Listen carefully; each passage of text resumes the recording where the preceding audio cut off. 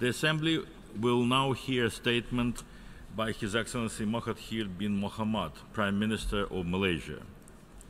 I have great pleasure in welcoming the Prime Minister of Malaysia, His Excellency Mahathir bin Mohamad.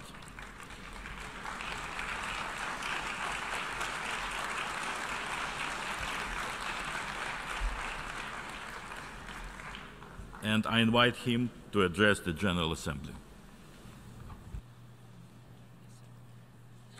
Madam President, I would like to join others in congratulating you on your election as the President of the 73rd session of the United Nations General Assembly. I am confident with your wisdom and vast experience, this session will achieve the objectives of the theme for this session. I assure you of Malaysia's fullest support and cooperation towards achieving these noble goals. Allow me to also pay tribute to your predecessor, His Excellency Miroslav Lajcak, for his dedication and stewardship in successfully completing the work of the 72nd session of the General Assembly. I commend the Secretary General and the United Nations staff for their tireless efforts in steering and managing UN activities globally. In particular, I pay tribute to the late Kofi Annan, the 7th Secretary General of the United Nations from 1997 to 2006, who sadly passed away in August this year. Malaysia had a positively strong and active engagement with the UN during his tenure. Madam President, the theme of this 73rd session of the General Assembly, making the United Nations relevant to all people, global leadership, and shared responsibilities for peaceful, equitable, and sustainable societies, remains true to the aspiration of our founding fathers. The theme is most relevant and timely. It is especially pertinent in the context of the new Malaysia. The new government of Malaysia, recently empowered with a strong mandate from its people, is committed to ensure that every Malaysian has an equitable share in the prosperity and wealth of the nation. A new Malaysia emerged after the 14th general election in May this year. Malaysians decided to change their government, which had been in power for 61 years, that is, since independence. We did this because the immediate past government indulged in the politics of hatred, of racial and religious bigotry, as well as widespread corruption. The process of change was achieved democratically, without violence or loss of lives. Malaysians want a new Malaysia that upholds the principles of fairness, good governance, integrity, and the rule of law. They want a Malaysia that is a friend to all and enemy of none. A Malaysia that remains neutral and non-aligned. A Malaysia that detests and abhors wars and violence. They also want a Malaysia that will speak its mind on what is right and wrong without fear or favor. A new Malaysia that believes in cooperation based on mutual respect, for mutual gains. The new Malaysia that offers a partnership based on our philosophy of prosper thy neighbor. We believe in the goodness of cooperation, that a prosperous and stable neighbor would contribute to our own prosperity and stability. The new Malaysia will firmly espouse the principles promoted by the UN in our international engagements. These include the principles of truth, human rights, the rule of law, justice, fairness, responsibility and accountability, as well as sustainability. It is within this context that the new government of Malaysia has pledged to ratify all remaining core UN instruments related to the protection of human rights. It will not be easy for us because Malaysia is a multi-ethnic, multi-religious, multicultural and multilingual country. We will accord space and time for all to deliberate and to decide freely based on democracy. Madam President, when I last spoke here in 2003, I lamented how the world had lost its way. I bemoaned the fact that small countries continued to be at the mercy of the powerful. I argued the need for the developing world to push for reform, to enhance capacity building and diversify the economy. We need to maintain control of our own destinies. But today, 15 years later, the world has not changed very much. If at all, the world is far worse than 15 years ago. Today, the world is in a state of turmoil, economically, socially, and politically. There is a trade war going on between the two most powerful nations, and the rest of the world is feeling the pain.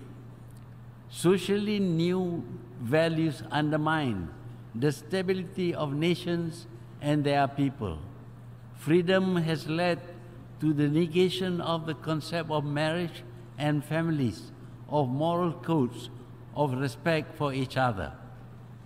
But the worst turmoil is in the political arena. We are seeing acts of terror everywhere. People are tying bombs to their bodies and blowing them up in crowded places. Trucks are driven into holiday crowds. Wars are fought and people beheaded with short knives. Acts of brutality and are broadcast to the world live. Masses of people risk their lives to migrate only to be denied asylum, sleeping in the open, and freezing to death. Thousands starve and tens of thousands die in epidemics of cholera. No country is safe. Security checks inconvenience travelers. No liquids on plane. The slightest suspicion leads to detention and unpleasant questioning. To fight the terrorists, all kinds of security measures, all kinds of gadgets and equipment are employed. Big Brother is watching, but the facts of terror remains. The acts of terror remains. Malaysia fought the bandits and the terrorists at independence and defeated them. We did use the military, but alongside and more importantly, we campaigned to win the hearts and minds of these people. This present war against the terrorists will not end until the root causes are found and removed from, and the hearts and minds are won. What are the root causes? In 1948, Palestinian land was seized to form the State of Israel. The Palestinians were massacred and forced to leave their land. Their homes and farms were seized. They tried to fight a conventional war with help from sympathetic neighbors. The friends of Israel ensured this attempt failed.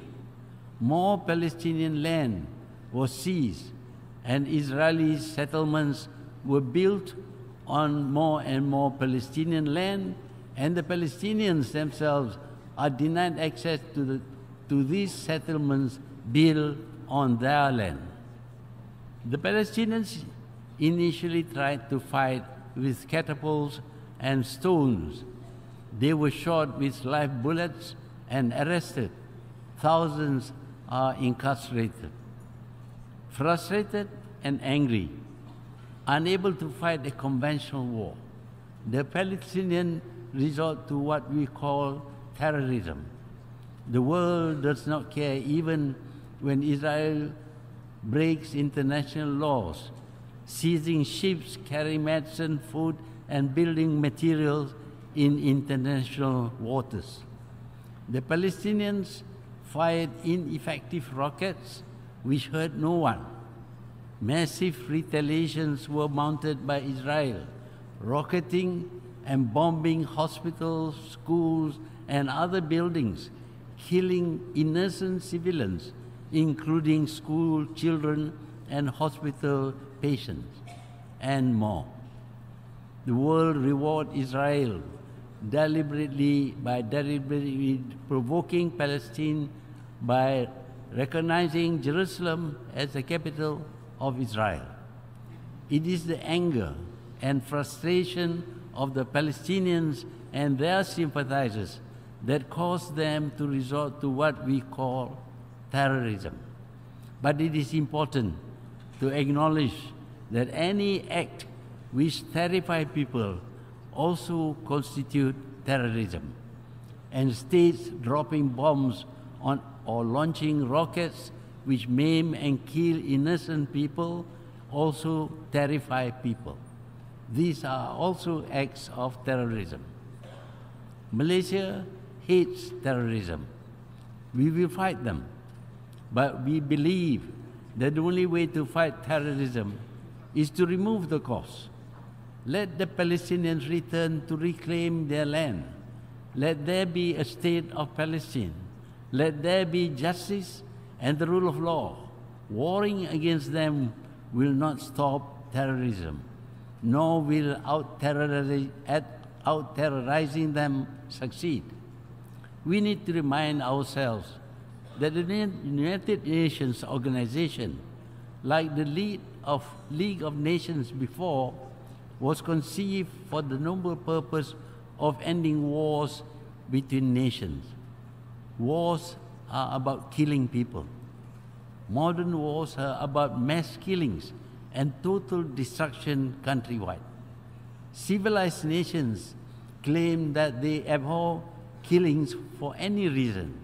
When a man kills, he commits the crime of murder, and the punishment may be death. But wars, we all know, encourage and legitimize killings.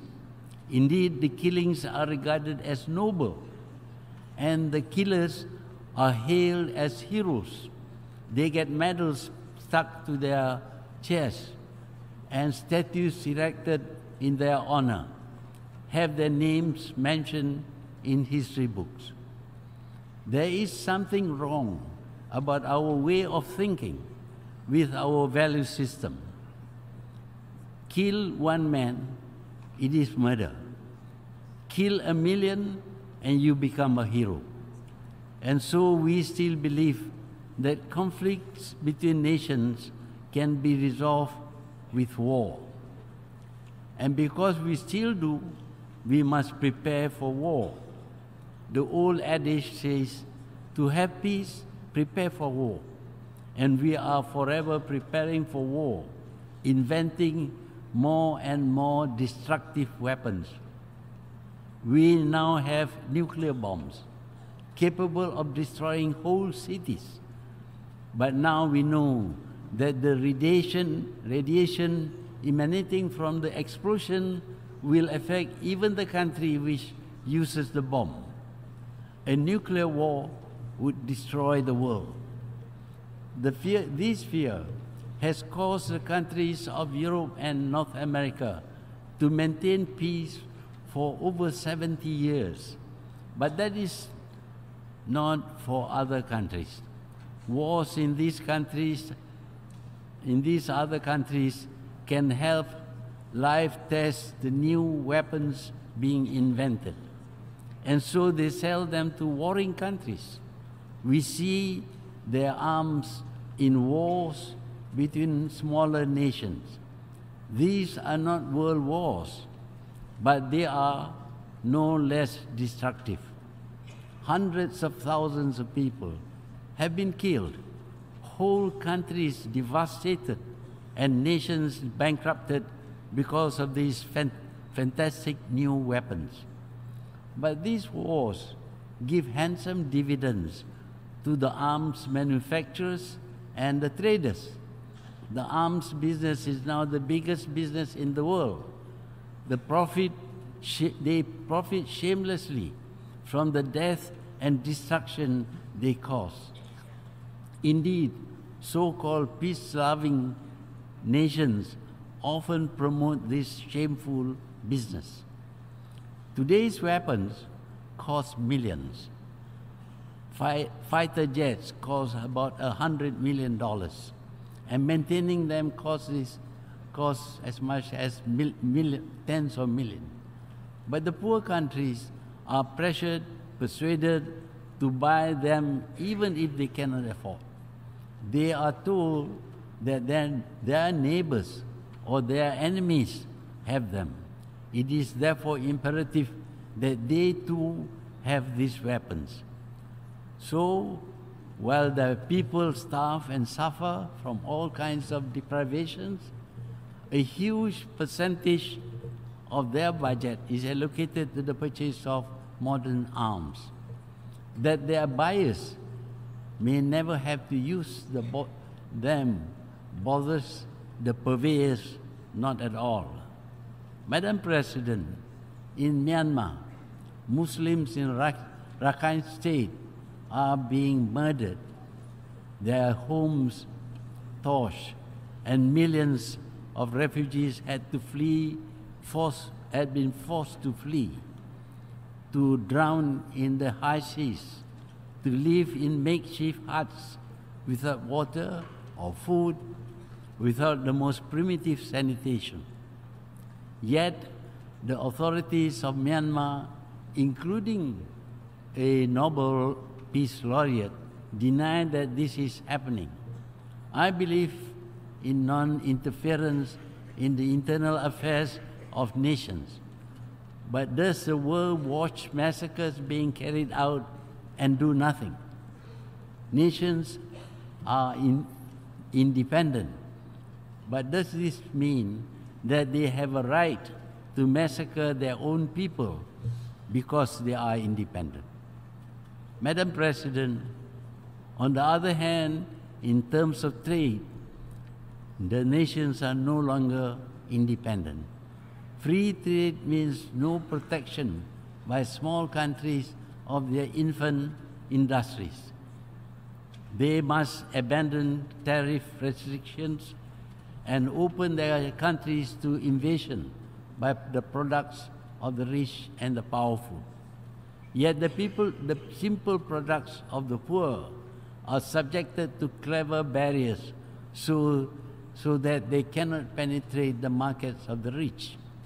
Malaysian palm oil is labeled as dangerous to health, and the estates of these palm oil trees are destroying the habitat of animals. Food products of the rich declare that they are palm oil free. Now palm diesel are also condemned because they are decimating virgin jungles. These caring people forget that their boycott is depriving hundreds of thousands of people from jobs and a decent life. We in Malaysia, we care for the environment. Some 48% of our country remains virgin jungle. Can our detractors claim the same for their own countries? Madam President, Malaysia is committed to sustainable development. We have taken steps, for example, in improving production methods to ensure that our palm oil production is sustainable. By December 2019, the Malaysian Sustainable Palm Oil Standard will become mandatory. This will ensure that every drop of palm oil produced in Malaysia will be certified sustainable by 2020. Madam President, all around the world, we observe a dangerous trend to inward-looking nationalism of governments pandering to populism, retreating from international collaborations and shutting their borders to free movements of people, goods, and services, even as they talk of a borderless world of free trade. While globalization has indeed brought us some benefits, the impacts have proven to be threatening to the independence of small nations.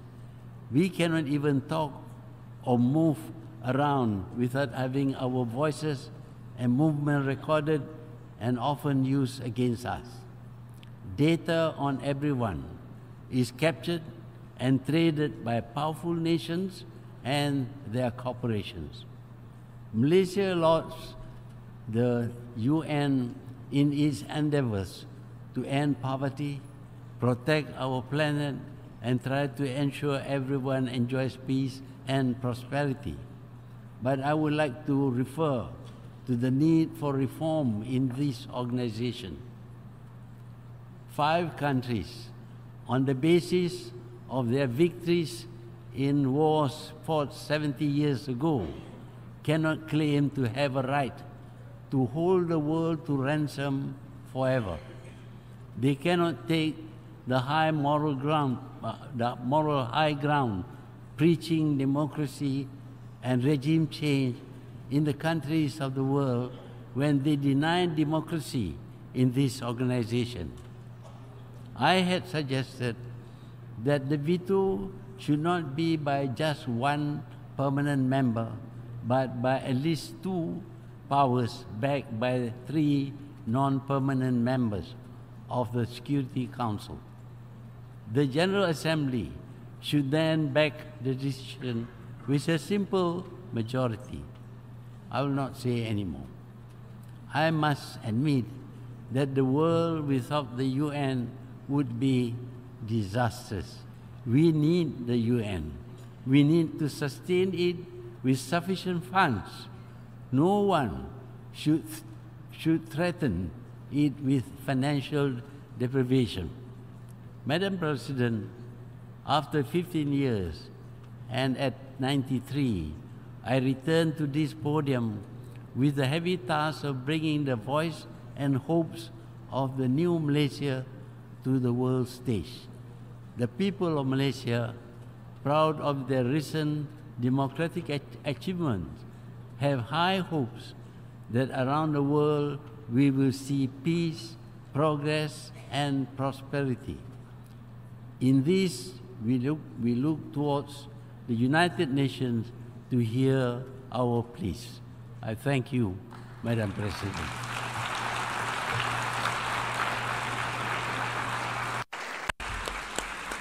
On behalf of the General Assembly, I wish to thank the Prime Minister of Malaysia for his statement, and I request protocol to escort His Excellency. The Assembly